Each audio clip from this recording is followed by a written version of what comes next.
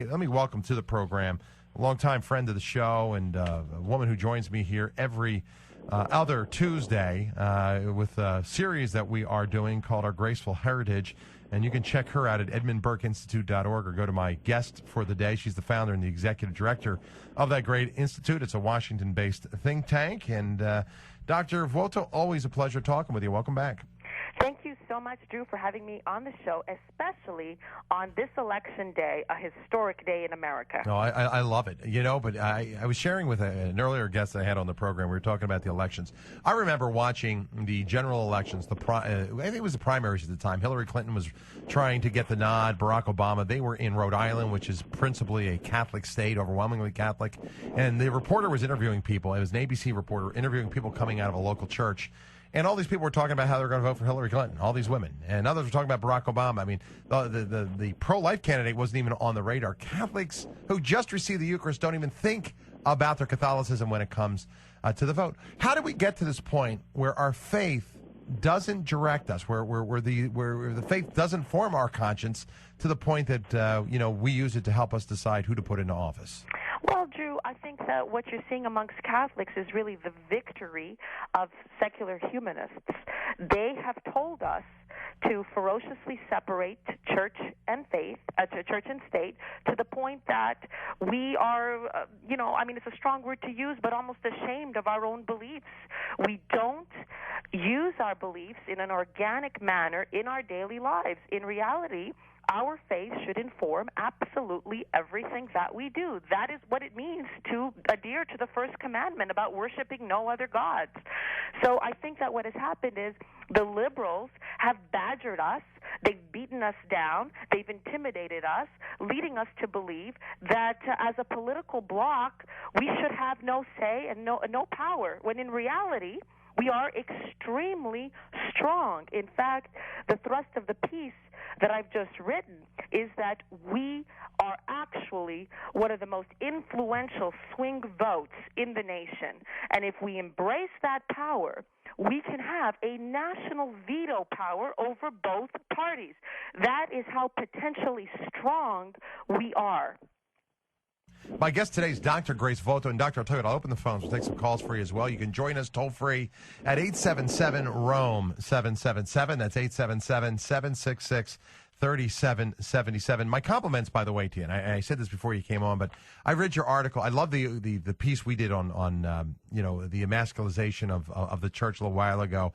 But this article was really, really good on the Catholic swing vote, because I think if Catholics understood how powerful they were, maybe they'd begin to unite. And I think that's what we should talk about. American Catholics, right now, you point out in your article that they're favored as, their polling is favoring the Republican Party by a pretty significant majority. And that's a sharp reversal from what we saw in 08. What's creating this big swing vote right now? Well, what we're seeing now is actually a 34 percentage poll reversal since 2008, when Catholics voted for, the majority voted for Obama, and now they are they're going to be leaning towards the Republicans. And I think what you've seen is just a whole gamut of issues that are affecting the Catholic vote. I don't think that it's one specific issue. Catholics today are voting in tandem with the rest of the nation, who is largely dissatisfied with the direction that the president has led us. And one of the things that we see historically is that Catholics, they tend to pick the winning side. You know, there's a famous saying that as goes California, there goes the nation. One of the things we can just as well say is as goes the Catholic vote, there goes the nation too. What we've seen in the 20th century especially is that the Catholics, they used to vote in large majorities for the Democratic Party. But by the end of the 1960s, they are swing voters between the Democrats and the Republicans. And this really means that they have tremendous power. They consist of over a quarter of the total national vote. Wow. And if we could only achieve consensus among Catholics, Catholics would actually hold the balance of power between both parties. They could be in a position very much like those of you who know British history know that the Irish Home Rulers, when they wanted to achieve independence for Ireland, they created a party within the British democracy, within the British Parliament, and over time, they held the balance of power between both parties to the point that both parties started to just give them all kinds of concessions. Now, we Catholics, if we could only achieve consensus, we could have that kind of veto power over the nation's politics. And that's exactly what I would love Catholics to pray on today as they go towards the polling booths. We are not powerless, even though we feel that way in a very secular, liberal environment. We often feel as though we're being pushed to the curb and our values are being kicked out of every sphere of our lives, when in reality, we have the that, and it's up to us to seize it. Well said, Doctor. My guest, Dr. Grace Vuoto. I got to take a short pause here for your news and your headlines. We'll be back on the other side to take your calls. Drew Mariani, joined today by Dr. Grace Vuoto. You can check her out at the EdmundBurkeInstitute.org. She's the founder and executive director there. Was a former editor at the Washington Times. Wrote a great article, and I love it. I posted it on my webpage at relevantradio.com. It'll link you over to her site. And it's called The Catholic Swing Vote, the Nation's Veto Power. And this is something I think every Catholic should read. They should understand how important our vote is and how we can impact this country, how we can change it for the better, and how we can make it a better place for our children and our children's children. And, Doctor, it's good to have you back. I'll tell you what, let's just jump right into the phones. We'll take calls from around the country. You can join us here toll-free, 877-ROAM-777. We'll go to Eau Claire, Wisconsin. Karen, hi, you're on the air with Drew and Dr. Vuoto. Yes, thank you very much, Drew. I'm struck by the fact, I think one of the problems is in the United States, all we are asked and all we are required is sometimes to give up human respect and some of our comforts to not go along with what's going on. And I think a lot of people think sanctity isn't possible today, but God is present through His grace today and raises up saints.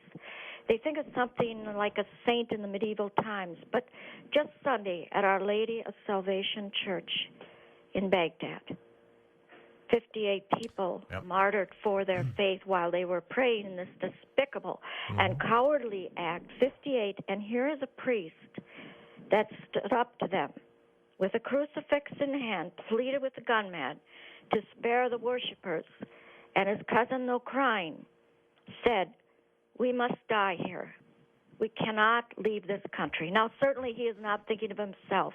He is thinking of the faith in that country. All right, and Karen, I think you bring up a great point. And, Doctor, maybe we can pick up on her theme there, that we as Catholics in this country, we don't realize what a great privilege, what a great freedom we have. I mean, you take a look at Iraq and those first elections that they had over there, people were terrorized. I mean, they could have lost their lives going to cast their ballot.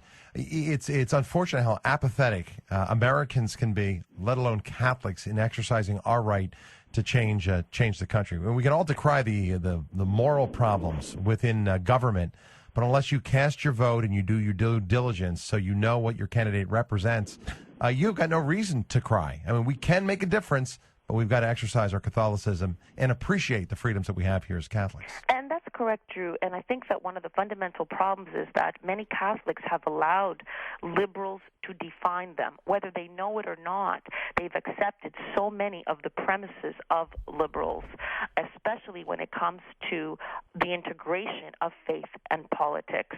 What liberals often argue against is they tend to at least discourage Christians and Catholics from organizing politically. Whenever we do so and we exercise our political power, so many liberal commentators will raise the specter of, religious intolerance or the rising theocracy in America, etc. And I think that this actually intimidates a lot of us when it shouldn't. What it should do is it should show us, if they're going to throw those slurs our way, it really means that we are very, very dangerous politically. We're especially dangerous to the entire liberal secular project. We can single-handedly bring it to an end.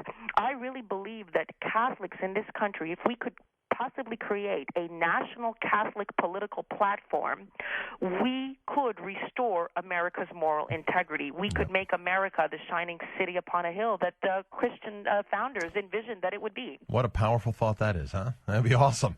Hey, Griffin in Austin, Texas. Hi, you are now on the air. Welcome, sir.